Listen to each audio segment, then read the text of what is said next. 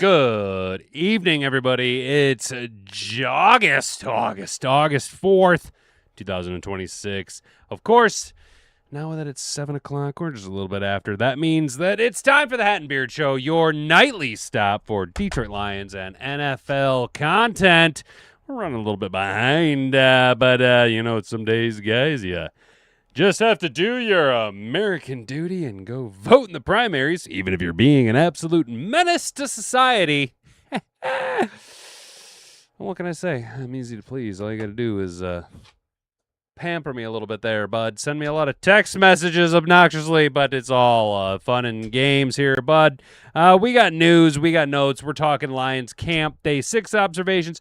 Who's stepping up as we kind of inch closer and closer and closer to that week 1 in the preseason. We got some names. I think I've given you guys some options there in the YouTube poll down there. Make sure that you check that out. We'll take a look at the NFL.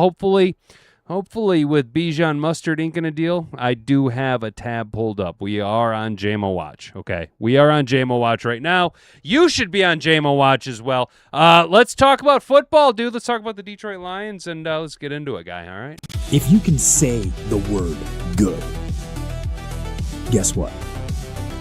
It means you're still alive. It means you're still breathing. And if you're still breathing, well, then hell, you still got some fight left in you.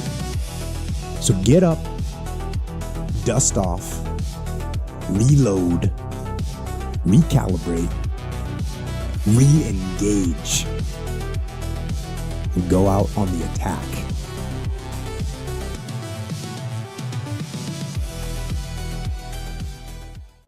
Man, I totally think. Did I say JMO Watch? I meant Gibbs Watch, dude. We are on Gibbs Watch. Hopefully. Hey, if we can get out for under 25 mil a year, I think that's pretty good, right? Like, let's think about this realistically. Who behind Gibbs, either in the NFL or coming up, is going to be able to realistically come up and command more than Jahmyr Gibbs, more than 25 mil a year, right? You do that, you kind of give yourself a high price point, but you kind of stick it in the eyeball of everybody else in the NFL by kind of crippling them moving forward. Brent Supreme, I hope you voted libtarded, no matter who farted. There you go, bud. What's up, Derek? How you doing, man? Juice Borm's in the house. What's up, guys? Let's talk a little NFL news. Live updates. Falcons' Jalen Walker reportedly feared to have torn his ACL. Oh, no, that's not good. Zay Flowers and Bijan Mustard Robinson agree to massive, gigantic, enormous, humongous, insanely dinosauric contract extensions. Look at that chicken nugget. Next phase is officially in full swing. All 32 teams in training camp. This comes just from Yahoo Sports. Continues to flood in ahead of Tuesday's Hall of Fame game. Oh, what's going on? Bijan Mustard hold-in is ended. The Atlanta Falcons running back reportedly linked a 3-year, $66.75 million extension with the team, making him the highest paid running back in the NFL history. For now. The deal can reach as high as $75 million across 3 years based on incentives. So we now know, guy. We now know. We're going to go ahead over here to, I got Lions news pulled up on the old Google box. Waiting to see. We're waiting to see. How much is it gonna be to re-sign Gibbs? It wasn't all good for the Falcons on Tuesday. However, for every good thing, you're going to get a bad thing, as the 2025 first-round edge rusher Jalen Walker went down with an injury during training camp practice and was carted off. Not good. Reports indicate that the team fears he may have suffered a torn ACL, though it has not yet been confirmed by an MRI. Well, Normally, guy, if the team's like, oh, we think he tore his ACL, that means, oh, yeah. Aye. That means the ACL is just boofed. It's boofed. Baltimore re-signed Zay Flowers. He received a massive contract extension Tuesday, reportedly agreeing to a 4-year, $140 million deal with $108 million in guaranteed. The 2-time Pro Bowler and former first-round pick now ranks top 5 at the position in terms of total money and AAV after posting back-to-back 1,000-plus receiving yard seasons. Really? That's all it takes? Well, if that's all it takes, dude, I don't know how the Lions got away with whatever they stole out of J-Mo there, but back-to-back 1,000-yard deals, I guess that means J-Mo's worth $140 million. Well, I don't think Zay Flowers is worth $140 million, but you know what? That is what it is. Don't care about Micah Parsons. Going to move on to the things we are here to look up and talk about. That is the Detroit Lions. Gentlemen, how's the chat doing? Pay Gibbs in 28 when his contract ends. Right on. What's up, Brandy? How you doing? Somehow Flowers were $10 million more than Bijan Mustard. Yeah, bro, that's what I'm talking about, Brent. The pay scale is bananas, dude. The pay scale is absolutely bananas, bananas. You know what I'm saying? What's up, Mom? At church stuffing backpacks for kids. Only 300 left to go. Hell yeah, that's what's up, dude. Nicely done. You put school supplies. I'm guessing school supplies. School supplies, yes. You know, in another culture, that line. Say if you were of a culture somewhere east of here, and like let's just say one of your main exports was like poppy seeds. Their culture saying that you were at church stuffing kids' backpacks, only 300 left to go, would have wildly different context. You know what I'm saying? Like that would be a menacing threat to some people if you were of a very specific culture. But because we live here in the U.S., in Western civilization, we know that you are actually doing a act of goodness and helping children. But you know what I'm saying? You know what I'm saying? You know what I'm saying? You know what I'm saying? You know what I'm saying? You know what I'm saying? How you doing, Brandy? What's up, Jack? J-Mo is a much better play than Zay. Yes, dude. Hey. I agree. Yes, I 100% agree. J-Mo is better than Zay. Bananas are a great source of potassium that helps lower blood pressure. That's true. That is true, Kane. Yes, you're accurate. But fruits and veggies, not so great. Not the best thing for us. Not the most delicious thing. They're kind of bad for you. You need to eat the animal-based product, or if you're like me, just eat a lot of potato. If that's the vegetable you want, eat some potato, dude. Little baked potato, little boiled and smashed with some butter. Sliced and deep fried. Ooh, Recently, actually, we've been making. She's been getting these little banger ass little potato thingies, dude. These little banger ass potato thingies. You know what I'm saying? And you parboil them, and then we've been putting them on. Doing kebabs. Long and short of it, doing potato steak kebabs, dude. Kebabs. Getting a little kebab. You know what I mean? Get a little kebab on the grill. And, I got tired of burning my fingers, my little delicate fingies on the kebab steak. So what I did was I went to the store, and I went to the camping section, you see, and I knew exactly what I wanted. I wanted one of those over-the-fire camping baskets. You know what I mean there, guy? You know, I was like, I'm not going to burn my little fingies on that. So what you do is you build the kebab ingredients as they are. Kebab in the wire basket. Yes. You're understanding me, I assume. You're hopefully putting pieces together, and you're realizing how wildly efficient the basket on the grill is. My guy, you're not just limited to kebabs. Oh, it makes fish grilling so easy. Oh, I can't wait to do burgers with it next. Oh, the game. The game has been changed, gentlemen, and I'm here just setting trends. It's very difficult. Guy, I'm telling you, it's very difficult living life on the cutting edge of everything. But you know what? You already know that. That's why you're here. That's why you're watching the Hat and Beard Show. That's why you've already subscribed to the channel if you haven't already. That's how you get into the chat. Number one way to become a member of Mad Hatter Nation, which is, of course, a bastion of sanity in a sea of nonsense. Subscribe to the channel. Turn that notification bell on.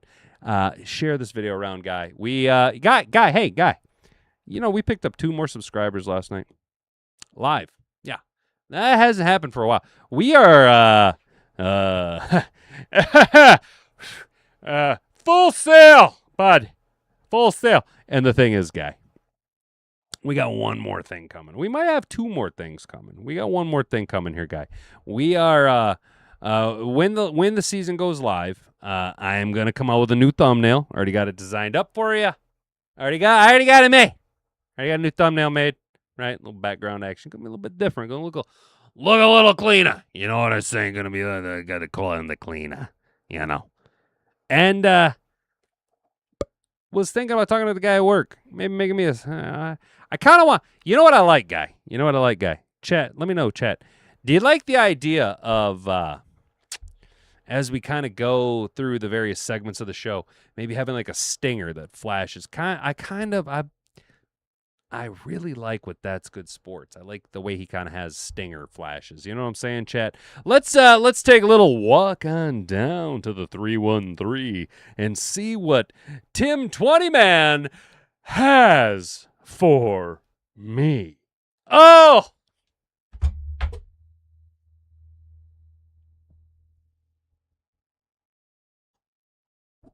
Guy, we're on fire tonight. He's on fire! Tim 20 Man, strong up the middle. That's what I like to be. Veteran defensive lineman Alim McNeill has had a good start to camp. He wrecked 2 straight plays in an early team period Tuesday when he beat center Cade Mays inside for a tackle for loss. On the next play, McNeill was so quick off the snap that he beat the pulling right guard to the spot to force the running back outside for another no-gainer, no-brainer. McNeill looks to be back to his 2023 and 2020 form before the ACL injury. Ha! Greedy merchant meme, because what a plethora of defensive tackles we have here. Oh, it's about to go down. Play of the day, that belongs to Teddy Two Gloves. Hey, guys, did you know that Teddy, he rolled himself off the porch of the retirement home. He said, hey! Dude, we should make an AI video of Teddy. Like wheeling, like getting up out of the wheelchair from the retirement home and like taking the blanket, instead of throwing the blanket down, he just like takes the blanket and like throws it around and puts it on like a cape, dude. You know what I'm saying? Throwing the cape on Teddy Two Gloves. And 2nd-year wide receiver Dominic Lovett. Hello, Dominic Lovett. During a team period, Bridgewater rolled right out of the pocket and saw Lovett with a step on a nickel cornerback Roger McCreary down the right sideline. Don't like that. He laid a perfect deep ball for Lovett, who caught it and made an inside move that created more space from McCreary to race to the end zone. Speed kills. It should be noted, for fairness, that edge rusher Tyler Lacey, who has had a really nice start to camp, was close to Bridgewater. He may have affected the play had he been able to reach out and grab Bridgewater as he went by. Either way, great pass and catch. All right, well, you know, if they're playing catch in the backyard, great. But the reality is that Tyler Lacey, Guy, we need to start keeping our eyes and ears open on Tyler Lacey over here, Guy. All right? Hey. His name keeps popping every single day, every single article. Subtly, Tyler Lacey's name is more and more. OTAs, there he was, getting all the first-team reps. Hello. Okay, you know. Guy trying to grind it out, earn a spot, you know, had seen some competition coming in. We signed Wanham, we signed Turner. Hello, Turner, where are you? Paging Dr. Turner. Paging Dr. Peyton Turner.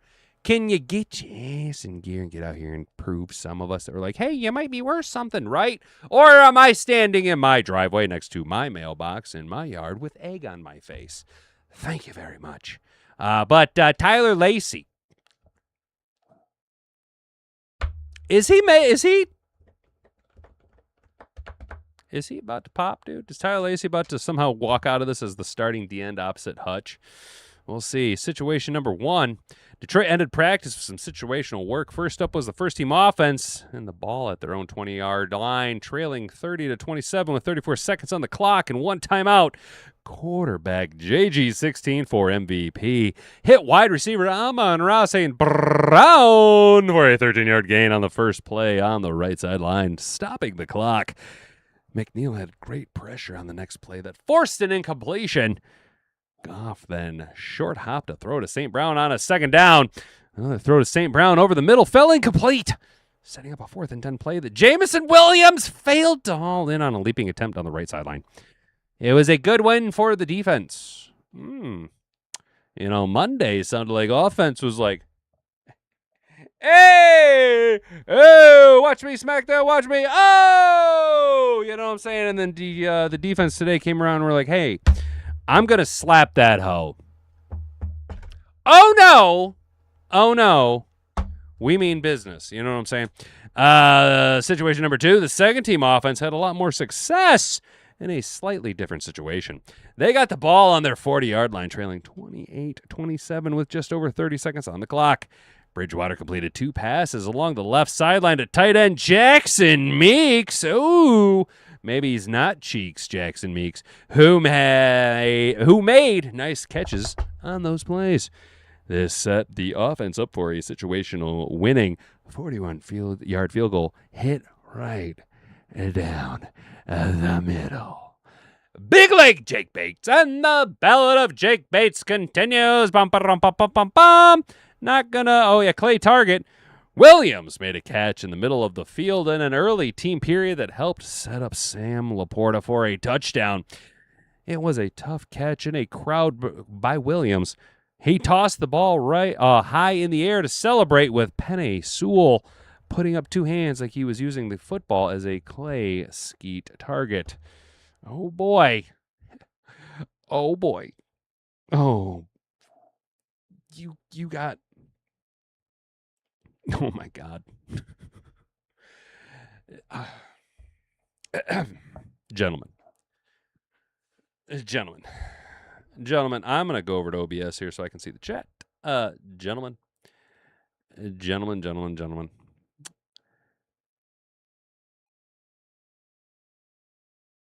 They got J-Mo and Penei Sewell.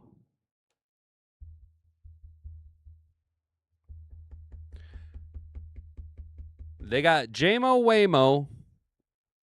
Let's be honest.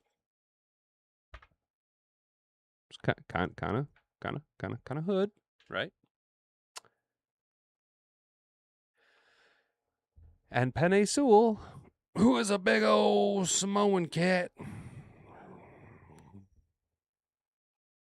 They got these dudes doing hillbilly white boy shit. Oh my God, the NFL better be terrified. They got the hood guys and the Hawaiians doing white boy celebration shit. Oh, fuck. I hope everybody realizes how toast they are. How absolutely F-U-C-T fucked they are, dude. They got them doing white boy shit, dude. They got...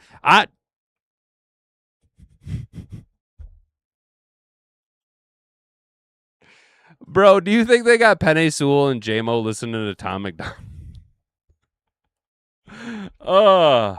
Did I lose a bunch of weight? American Boxer. Actually, yes. Whatever happened to me over the weekend between Monday last week and this morning, I lost 13 pounds.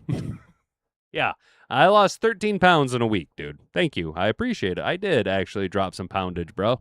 I did. I appreciate that. Yes. Not the healthiest way, but, The law of thermodynamics proves to be undefeated in all forms of diet. It's a very simple equation, folks. When you don't put anything in the furnace, you just burn whatever's there, bud. You know what I'm saying? But yes, thank you, bud. Not the best thing. I ran back as soon as I hear skeet, skeet, skeet. Skeet, skeet, skeet. Fucker. Skeet, skeet, skeet. God damn. You know what I'm saying, dude? Bro. You do realize that they got Penny Sewell and J-Mo doing hillbilly white boy shit. You know what I'm saying? Can someone explain to me why the NFL ranked Penny 37 best player with 13 years? Dude, I don't, because Kane, or I'm sorry, not Kane.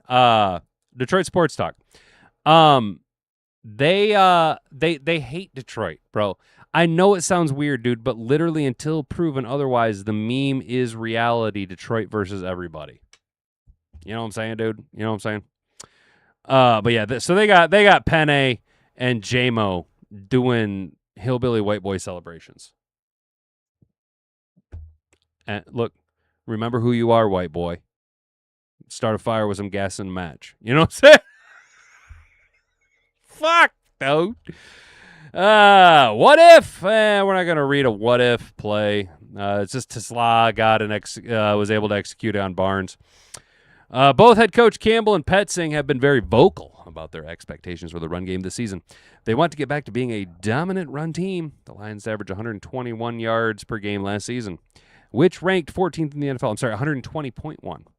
I thought there were some nice moments in the run game during Tuesday's practice after it was tougher sledding for them on Monday. The offensive line did a better job opening some holes, and there were multiple runs in Tuesday's practice that broke into the second and third level. Now, let's be real. Let's be honest. Let's be very, very clear here. Gibbs makes everybody look better.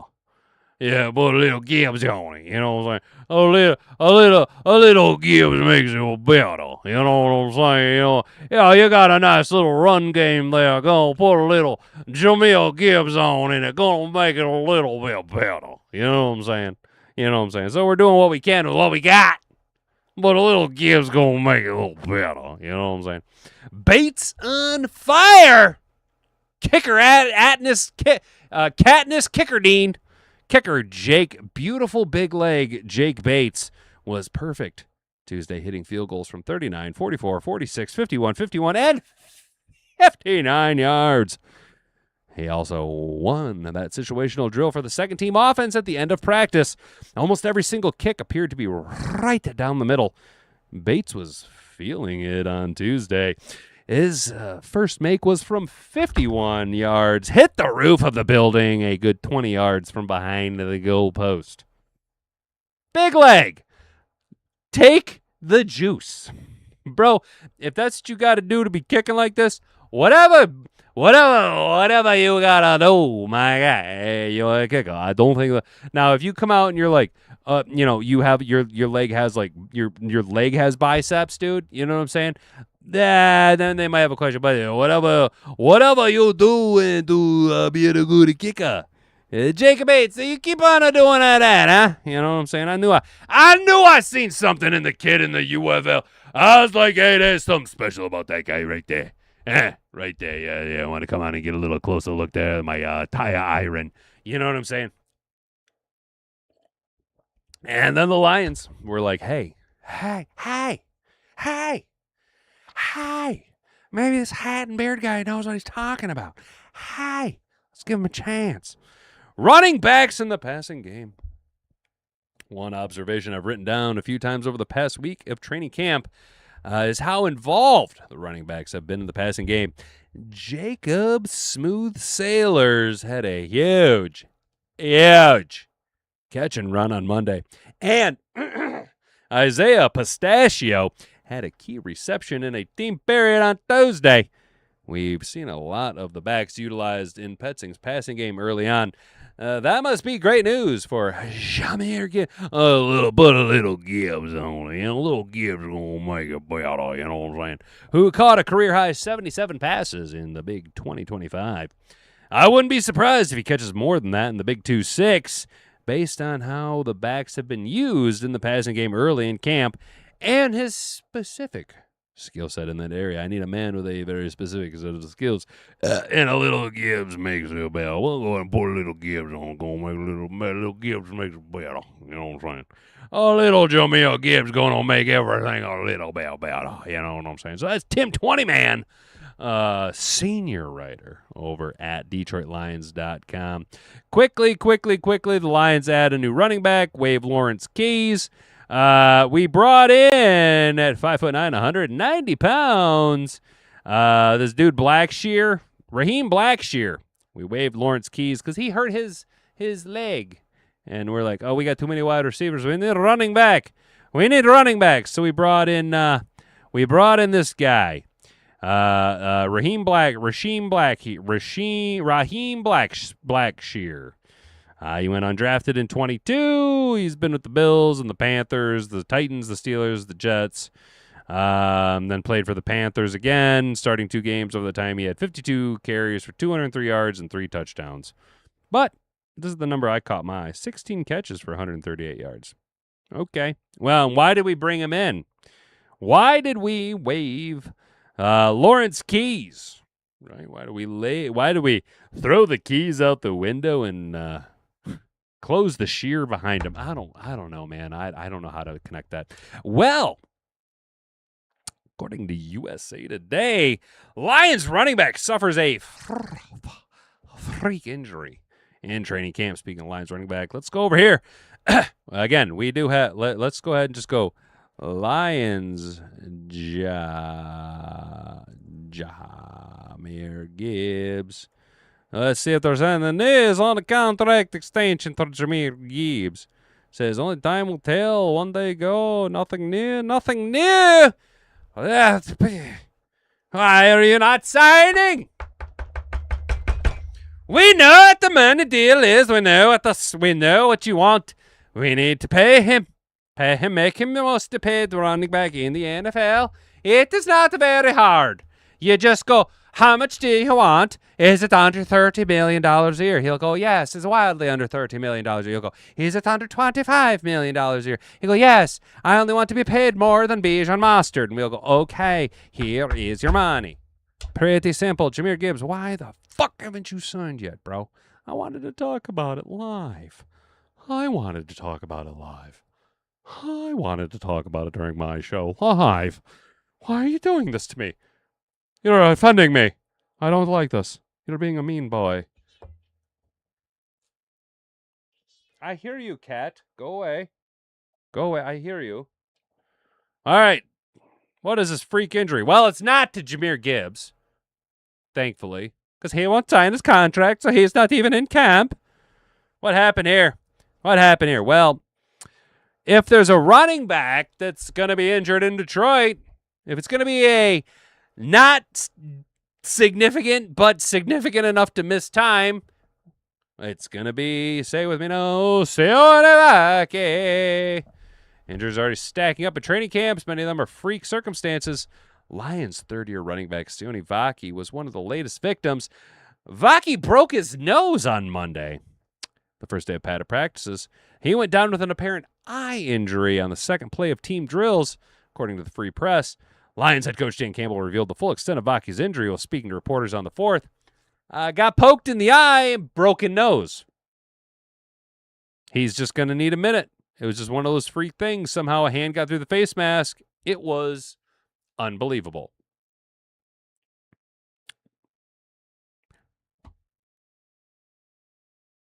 Yeah, it would be unbelievable for 31 other fucking teams in the NFL. This is the goddamn Detroit Lions we're talking about. Of course he got poked in the eye and broke his nose. Of course it... Dude, you don't pick your nose through your eye, dumbass. You go up through your nostril. That's why they're there, dumbass. He said the Lions are hopeful Vaki's vision would be all right long term. Okay, I'm an asshole. Yeah, I hope so too. I'm a giant dick. Vaki's injury is a tough blow for the 4th-round pick after his contributions were largely limited to special teams in his first 2 seasons. The third year was set to take more practice reps on offense, with the Lions starting running back Jahmyr Gibbs holding in for an extension. Instead, Vaki will miss time with an injured eye and broken nose. Yep. Go back to the big face masks, guys. Go back to the big early aughts running back face masks. You know, I'm talking about the three bar side. You know, the with the dude. Bring back. I want vintage era AP looking running backs with visors and elbow pads, dude. I want my running backs looking like they're going out for war, dude. Yeah. I don't want my running backs being confused for defensive backs, dude. Now, I want my running backs ready to, I want them to rock! You know what I'm saying, dude?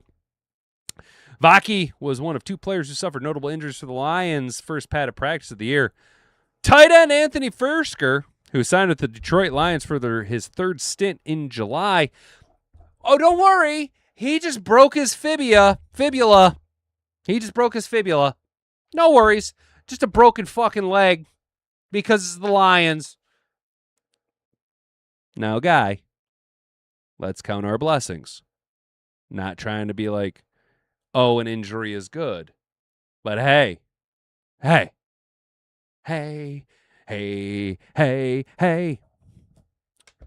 mama, said the way you move. This could be a lot worse. It could be Jahmyr Gibbs or Sam Laporta, right? Gibbs could have gotten poked in the eye and broke his nose. So, you know, there is that. Laporta could have broke his fucking leg instead of Fersker. So, there's that. Hey, mama said the way you move. You know what I'm saying, dude? Let's go, dude. Let's go. Not a bad deal. Not a damn fine deal. You know what I'm saying? Damn fine deal. Drainage, my boy. Drainage. You see, Jahmyr Gibbs drinks your milkshake. I drink it up. You see, if I have a straw, if you have a milkshake, and I have a milkshake, and I have a straw, and it reaches all the way over to your milkshake, you see, and I drink it up. I drink it up, Eli. I drink your milkshake. I drink it up. How we doing, chat, before we end this show? Got poked in the eye and broke his nose. Worst luck ever. Hello, camera. Why are we zooming in and out, camera? What the fuck is going on with my camera?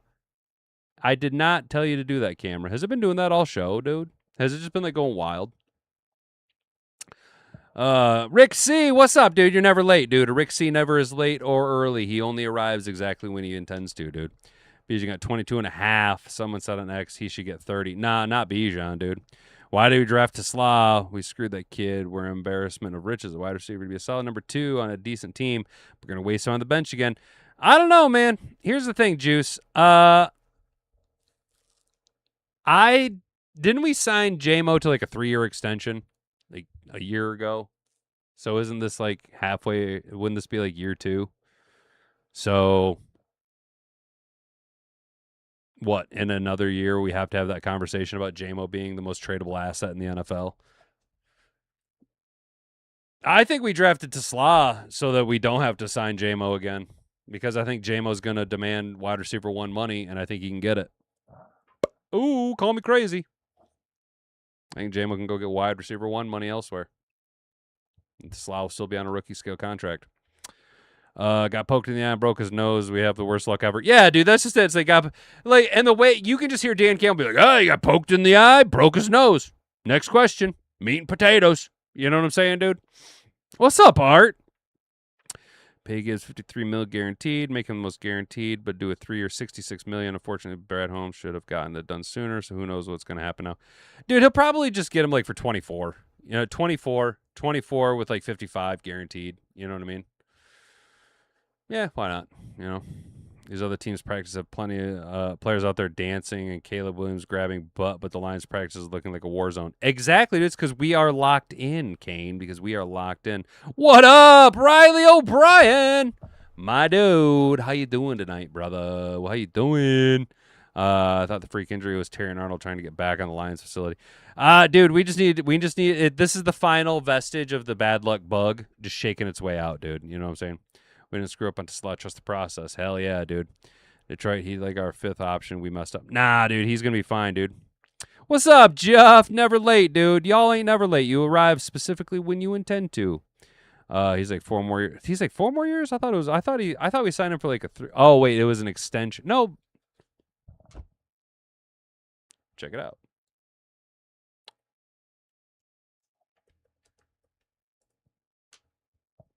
Three-year, $83 million. Boop, boop, boop, boop, boop. Through the 29 season. All right.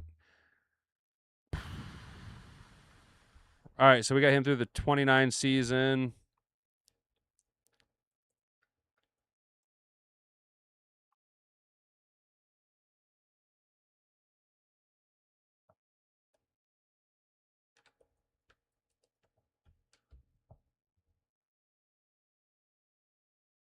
Oh, okay. All right. Yep. You know what?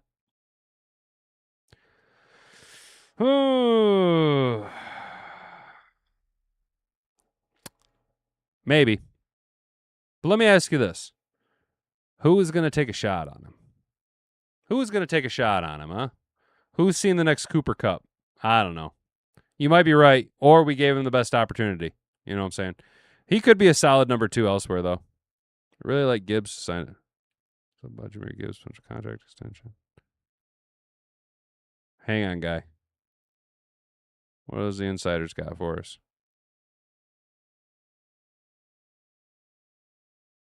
Just a video? So play the damn video. Oh, it's got an ad. I do not care about your ad. I do not watch The Boys. I do not care about that show. I do not watch your show. Get on with the program. I do not care. I do not care. I do not care. I do not care. I don't care. I don't care. Oh my God, I wish I could skip it, but I can't. Oh my Lord. Judas Priest, Barbara, it's one of them flaming bags again.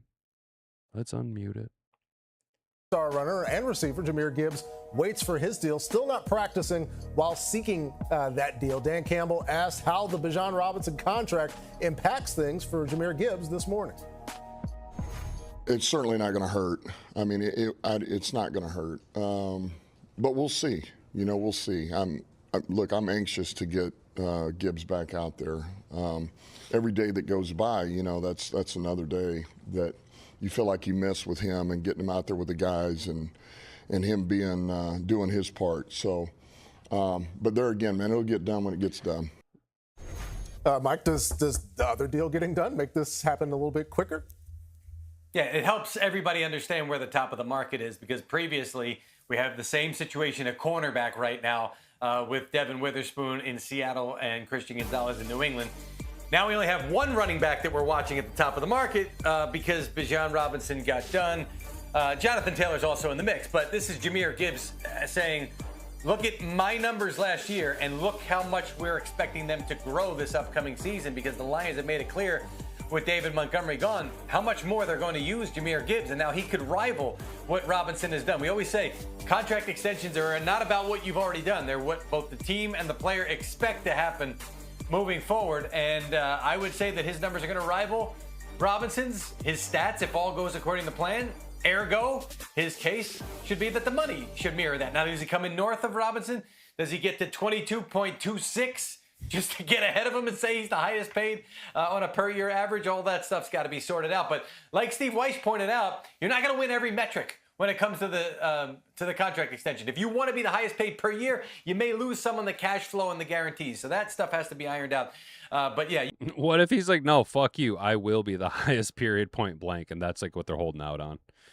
All right. Last little bit of news here from John Macaron. John Macaron. Now, I thought John Macaron was no longer a certified credentialed reporter. Gibbs is going to get done this week. I hope Gibbs gets done tonight. Easily be tonight or tomorrow, given the team has a walkthrough in place of regular practice, lending more time to get this in the finish. Hell yeah, dude. J-Mo knows who had his back. There you go. That's true, Jeff. You're not wrong. Sign Gibbs and wrap him in bubble wrap. Yeah, dude, art for real. Just like okay, walkthroughs only, and nobody put your fingers anywhere near his fucking face mask. The Potato Morton can go coach the Chinese checkers. Hell yeah, dude. With paying guys early, I don't think it's sound business. That's fair, Juice. That's fair, and you can honestly just like point it like Kirby. You know what I mean? One more day he's not out there. One more day he's not getting his bones broken. So we need him out there. MCDC. Then sign Sam next. Yeah, that is a good question. Well, what do you think the odds are of them getting the Laporta deal done here? Or are we waiting to see how durable he holds up after the season? I think Brian Branch is getting pushed back to see if he even comes back, or not if he comes back, how he comes back, dude. Let's be real. That's between now and then when Gibbs' contract ends, and we need him to say, I say wait. Juice, I feel you, dude. But if he's not gonna play, you know what I mean. I'm not willing to Le'Veon Bell him. You know what I mean. Who wants to bet he comes back with a discount like Campbell? Ooh, you talking Laporta? Yeah, I could see that too, dude. I could see that too. So, hey, John Macaron over here at SI. Let's see what he's got. Now, I did pre-read this article a little bit to see what's going on. So, based on the way he's writing, he said, just pay attention. Is he still on the Lions beat, or is he reporting on reports? After the defensive line set the tone on Monday, head coach Dan Campbell said he was eager to see the team's offense on Tuesday. Day 2 of pads is here, man. I thought it was competitive, Campbell said. I thought there was some really good things yesterday. I thought the D-line came off the ball. It looked like they took the sled-worked team, and that was good to see. I'm looking forward to the offense responding today. That'll be good. Here are the winners and losers from Day 6. Attendance report. Obviously, we know Vaki and Fursker and Keys all went down. And then the guys on the PUP list, we know that. Gibbs, of course, wasn't there. Defensive end Derek Moore was out. So was Peyton Turner. And Jimmy Rolder, as well as Branch and Joseph. Malcolm Rodriguez left practice early to be evaluated for an ankle injury. Not good. That's not what I like to see. Lovett's big play. We already talked about that. I won't talk about it again. Let's talk about Nick Whiteside and Greg Dortch stand out in one-on-ones. After a strong start to camp over the first 5 days, cornerback Nick Ironside Whiteside got bumped up the depth chart for one-on-ones and got a matchup with Amon-Ra St. Brown and Isaac Tesla. He fell short in his showdown with St. Brown, but had a pass breakup in his rep against Tesla. Okay, all right. Greg Dortch continues to show superb route running skills. He drew good reviews for his performance in one-on-ones. Dortch was grabbed by Avonte Maddox in one rep and beat Christian Eisen soundly on a post-corner route, according to reports.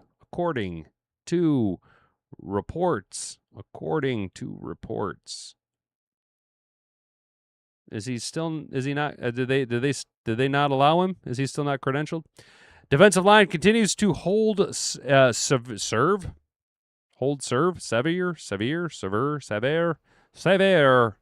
The D-line's good. Campbell noted the performance of the D-line on Monday, and there was more bright spots for the group on Tuesday. Alim was a bright spot, according to reporters.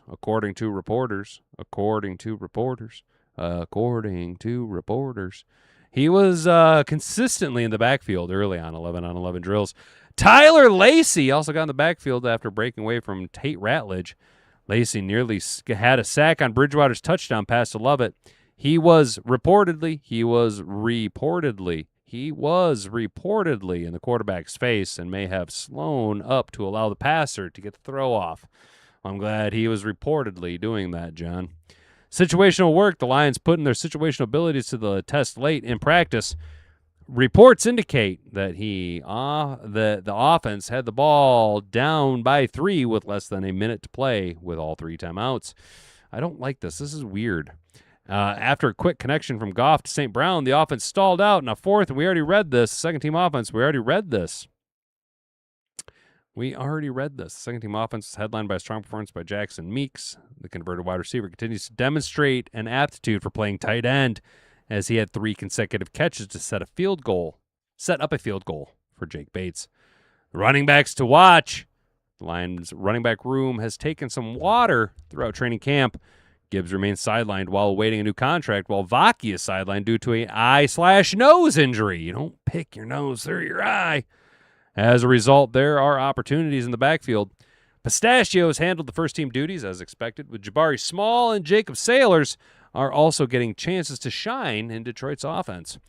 Small is a player the Lions may be intrigued with, as he spent most of the year on the team's practice squad and is back on a futures contract. He ripped off a big run on team drills on Tuesday, according to reports, and could thrive with extended opportunities, while Gibbs and Vaki are out, however long that may be.